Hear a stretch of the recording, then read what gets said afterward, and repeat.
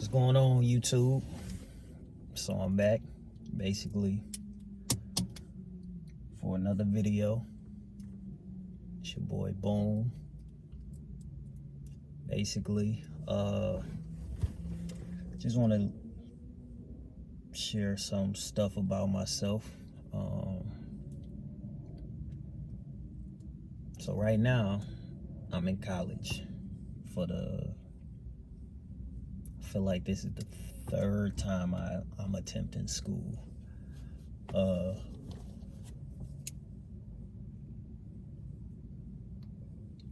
First time I went to school straight out of high school. I went to a university, Wayne State, Michigan, Detroit, Michigan.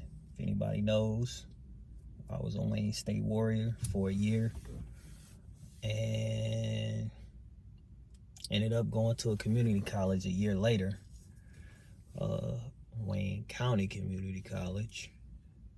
And eventually I had a daughter and I didn't want to go to school no more.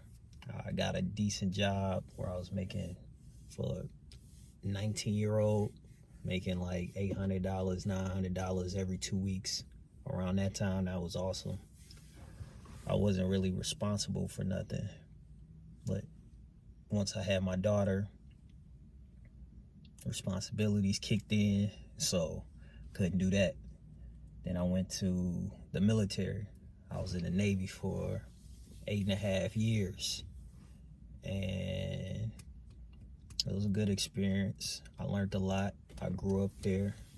Spent most of my 20s in the military, early 30s. Well, I'm still in my early 30s, but whatever. So 8.5 years did in the Navy. A lot of traveling, a lot of away time. I got out in 2019 and I started school again. At that time, I was gonna go to be a lawyer. I was gonna try to be a family court lawyer for the most part, maybe do some more stuff, but I was gonna do family court, try to get some bills passed, some laws passed to help out with that situation for males,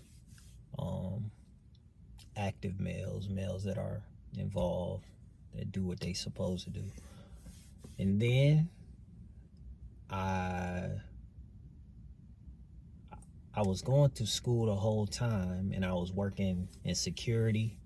I did security for about 3 months. I didn't like that because I couldn't move up in that job. They wanted to keep you in one spot. I was a rover. So pretty much all I did was walk around the State Farm building and report every hour or 30 minutes. I can't remember. But I did 8.5 years military, VBSS, a lot of watch standards, too much training to just be able to walk around. And I wanted to move up, and it wasn't gonna happen. So I started working in insurance as a claims adjuster, State Farm. That's a busy job. I think for the work you do, for the amount of headache that you have in it, starting off, the pay isn't what it should be, but I'm pretty sure if I would have stuck with it, then it would have panned out. But I didn't want to do that. I don't like sitting there on phone calls all day dealing with people who's mad. And this during the pandemic when they was closing down the rental car places. So you'll get a customer like mad at me, or they're not mad at me, but they're taking their anger out on us claim adjusters because it's the weekend and Hertz is closed during the pandemic. What do you want me to do? And then cousin put me on the trucking, and we were doing the box trucks. I was always interested in driving trucks, but I had some stuff that I had to work out to actually work for a company. Then I got in tune with the box trucks. You didn't need a CDL for it. So I did that for maybe a year and 8 months about. And I got into hot shot trucking, did car hauling. I was an entrepreneur that whole time. Except for when I worked with my cousin. I eventually started my own company because he had some things fall through. So I started my own trucking company, and I did that for from December to June. And then I did the hot shot. I moved on to hot shot. Went to CDL school, became licensed. I worked for Warner for 9 months doing Dollar General accounts. It was very demanding on your body, so you got to be in shape doing that type of stuff. I loved it. I liked it a lot. But I just had some changes in my family, so I can't drive no more. So this is what landed me in school again. So this time I actually have to buckle down and get through it and finish. The tech program is cybersecurity. The reason why I chose it is probably because when I was in the military, I used to get kind of jealous. I would be salty because you got people who had those jobs, and they give you an ASVAB test to get in the military. It's a standardized test. I don't know what I'm testing myself on. You got to get a certain score. You can study for it or you cannot, and they pick your job